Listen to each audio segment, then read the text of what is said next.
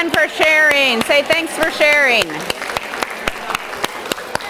You know, when I was a practicing attorney, I remember looking for a mentor. I was seeking a powerful female mentor who could kind of show me the ropes, teach me how to bring in business, and teach me how to grow my career, become an equity partner, and take over the world. And I could not find one. And I was under the false impression that it was the role of my law firm to develop me, and never understood that it was up to me to develop me. And can you imagine how many years I wasted waiting for someone else to develop me? When I think about it now, I think, well, how did I not figure that out? But it's because we're not exposed to this so much in our traditional schooling. You know, personal and professional growth is something you take on outside of schooling. It's something you have to go seek, you have to find it, and you have to pull it into your life. And I was very fortunate.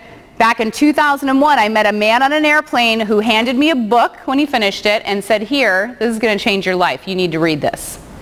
And I thought that was very strange. That had never happened to me before. And so to humor this guy, I opened up the book, which I thought sounded really stupid at the time. It was called Rich Dad, Poor Dad. Has anybody read that book in here? Oh, quite a few of you. That's awesome. So right book at the right time for me. I mean, there are a million other books that have the same message, but that was the right book at the right time. And it just happened to be the only book that I had read outside of law school, because I made a commitment to myself that I was never going to read again because I read so much in law school. That was a great commitment. There you go, Heather. So the guy hands me the book. I start reading it just to humor him, and I got so pulled into this book that I read it the rest of the flight home. I read it in the cab on the way home. I got to my house, I put my bags down in the front hall and just sat down and I read it until it was finished cover to cover, closed it, made the same kind of sigh that he did, like I right there in that moment made the commitment to grow me.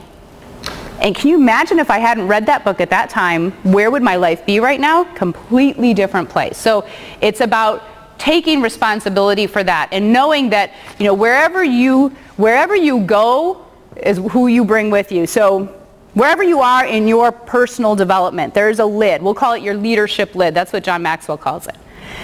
And so wherever you are in that, there's nothing else that can exceed that lid.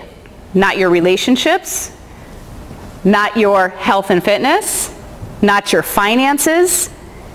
Until you grow, you can't grow any of those other parts of your life. So wherever you are, that's where the rest of the world is for you. And you look around, you see your results, that tells you where you are.